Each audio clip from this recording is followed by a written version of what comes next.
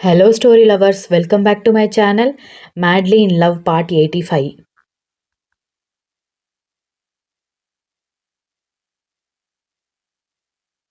నేను బాగానే ఉన్నానక్క. కానీ నీకు తెలుసు కదా! కొంచెం సంధిస్తే నన్ను, ఆయన్ని విడగొట్టడానికి ఆయన ఇంట్లో వాళ్ళందరూ ప్రయత్నిస్తుంటారు.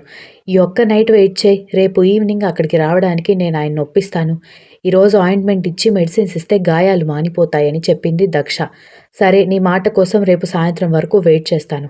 ఆ తర్వాత మాత్రం కంపల్సరీ మీరిక్కడికి రావాల్సిందే. ఎలాగో అమ్మ, నాన్న పట్టించుకోరు. ఇక నా అని చెప్పుకోవడానికి ఎవరైనా ఉండాలి కదా! ఇక మిగిలింది మీరు, అన్నయ్య మాత్రం అని దీక్షిత రిక్వెస్ట్ చేయడంతో, అక్క, నాకు తెలీదా ఏంటి? నువ్వే కదా నాకు కూడా ఉంది అని చెప్పుకోవడానికి. ఉన్నది నువ్వు, అన్నయ్య మాత్రమే. తప్పకుండా వస్తాం అంది దక్ష.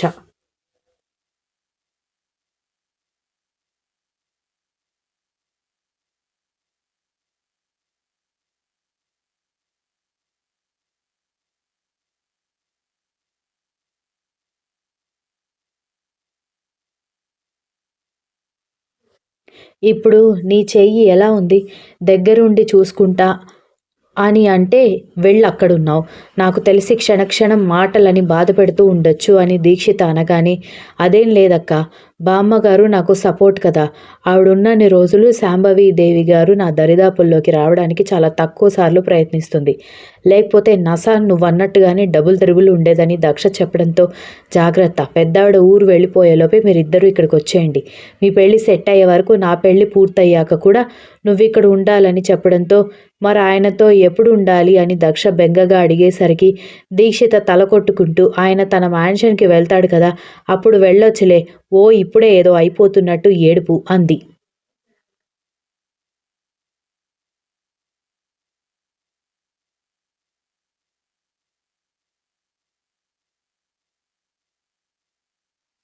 సరే, సరే. ఆయన వీడియో కాన్ఫరెన్స్‌లో ఉన్నాడు. డిస్టర్బ్ అయితే తిడతాడు. నేను మళ్ళీ కాల్ చేస్తాను అంటూ కాల్ కట్ చేసింది దక్ష.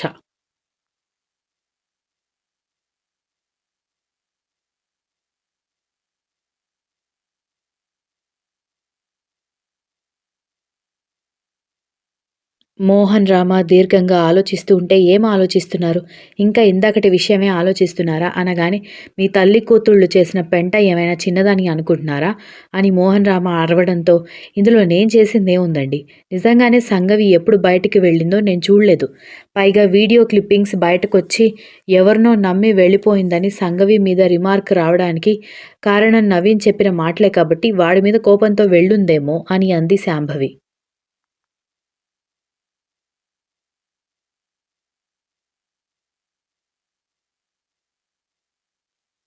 మోహన్, రామ సూటిగా సీరియస్‌గా చూస్తుంటే శాంభవి కంగారు పడేసరికి, సంగవి చెడిపోవడానికి 70% కారణం నువ్వైతే 30% కారణం తల్లివి నువ్వున్నావు కదా అని మొత్తం బాధ్యత నీ మీద వదిలేయడం అని నాకిప్పుడే అర్థమవుతోంది. ఇంత రచ్చ జరుగుతున్నా ఇంకా సమర్థిస్తూ వస్తున్నావంటే నిన్ను ఏమన్నా పాపం లేదు. నేను ఒప్పుకుంటాను. నా కూతురి కోసం, నా పరువు కోసం నేనేమైనా చేస్తాను. కానీ తెలిసి తెలిసి వెళ్ళి ప్రమాదంలో పడతాను, పరువు తీస్తాను అంటే మాత్రం భార్య, కూతురు అని కూడా ఆలోచించను అనగానే శాంభవి భయంగా భర్త వైపు చూసింది.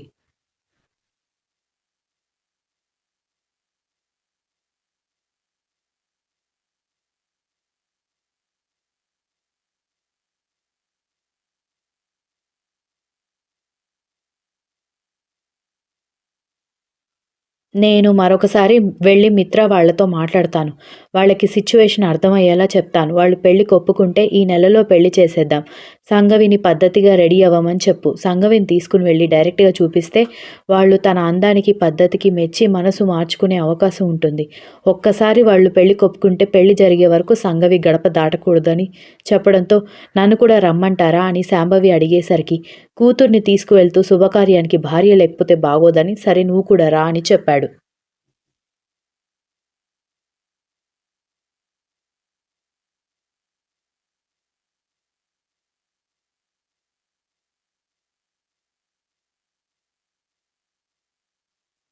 నిజానికి అప్పుడే పెళ్లి చేసుకోవాలని సంగవికి కూడా లేకపోయినా అవతల సంబంధం చూడ్డానికి వెళ్తున్న వాళ్ళు బాగా పేరు, పలుకుబడి, ఆస్తి, హోదా ఉన్నవాళ్ళు. అందులోనూ రచ్చ జరిగి ఈ టైంలో పెళ్లి జరిగితే తన తప్పేం లేదని జనాలు అనుకునే అవకాశం ఉంటుంది అనుకుంటూ రెడీ అయింది.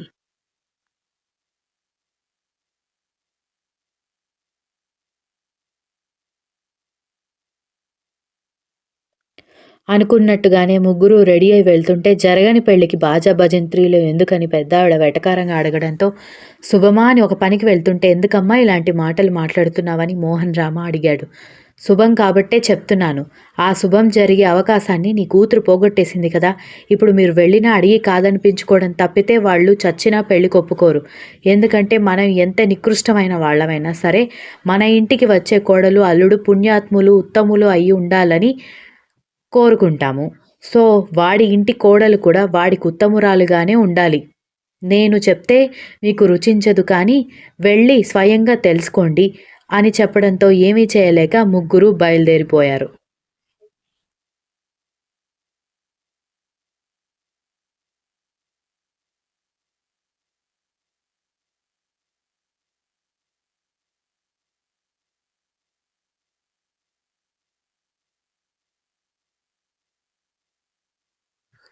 కర్ణ బెడ్ మీద బోర్లా తిరిగి సేద తీరడంతో ఆయింట్మెంట్ సుతిమెత్తగా రాస్తూ దేవుడా రేపటికల్లా గాయాలు మానిపోవాలి అని అనుకుంటూ గాయాలని రాసి వెనక్కి తిరక్కండి బెడ్షీట్కి క్రీమ్ అంతా అంటుతుంది.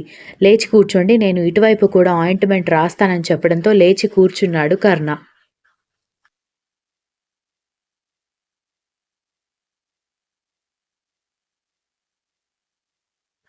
ఆయింట్మెంట్ రాసేసి ట్యూబ్ మూత క్లోజ్ చేసి అక్క పెళ్లి పనులున్నాయి కదా రమ్మని పిలుస్తోంది. రేపు ఈవినింగ్ వెళ్దామా అని అడగడంతో వాడు కూడా ఏడుస్తున్నాడు. వెళ్ళాలి అనగానే దక్ష చిన్నగా నవ్వుకుంది. మనం నవ్వినా ఏడ్చినా అరిచినా ఒక రీజన్ ఉండాలి. లేదంటే చూసేవాళ్ళు మెంటల్ పేషెంట్స్ అనుకుంటారు. ఇప్పుడెందుకు నవ్వుతున్నావని కర్ణ సీరియస్గా అడగడంతో మూతి 30 వంకర్లు తిప్పుతూ నేను రీజన్ లేకుండా ఏం నవ్వలేదు. మన పెళ్ళెప్పుడు అని అడుగుదాం అనుకున్నాను. ఈలోపు మీరు నన్ను అలా అనేశారు. మన పెళ్ళెప్పుడు అని అనగానే ఒక లుక్ ఇచ్చి ప్రేమతో కాకుండా ఎంటర్టైన్మెంట్ కోసం తీసుకొచ్చుకున్న వాడితో పెళ్ళేంటి అని అడిగాడు కళ్ళు ఎగరేసి.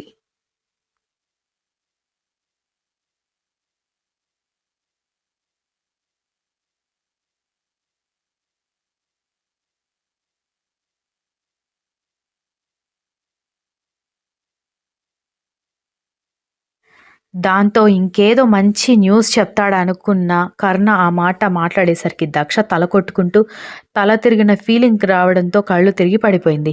హే ఈడియట్ అని అరుస్తూ ఆమెని 2 చేతుల్లో తీసుకుని బెడ్ మీద పడుకోబెట్టి తలకి ఏమైనా గాయాలయ్యాయేమోనని చూస్తుంటే అప్పుడే ఆ గదిలోకి రాబోతూ సౌండ్ వచ్చేసరికి ఏమైందిరా అంటూ పెద్దావిడ రావడంతో దీన్ని నేను పెళ్లి చేసుకోవడం కంటే మెంటల్ హాస్పిటల్లో పెట్టడం చాలా కరెక్ట్‌గా అని అనగానే ఏమైందిరా అని అడిగింది.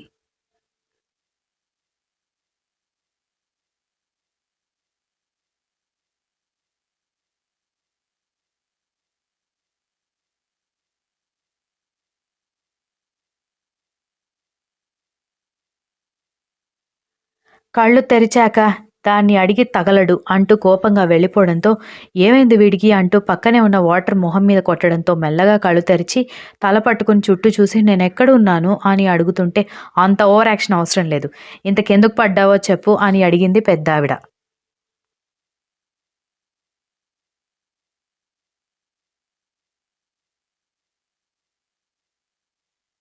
మీ మనవడికి కొంచెం తిక్క ఉందని తెలుసు కానీ దానికి లెక్కలేదు.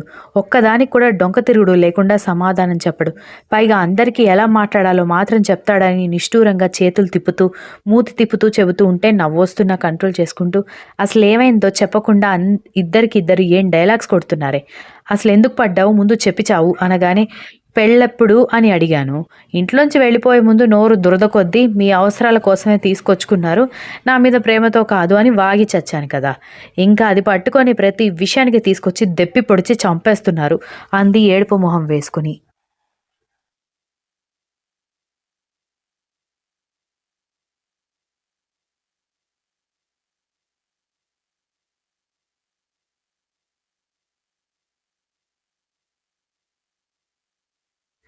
వాడంతే దేన్ని అంత తేలిగ్గా వదిలిపెట్టడు అని నవ్వింది ఆవిడ. Continuous. If you like the story please like share comment and don't forget to subscribe.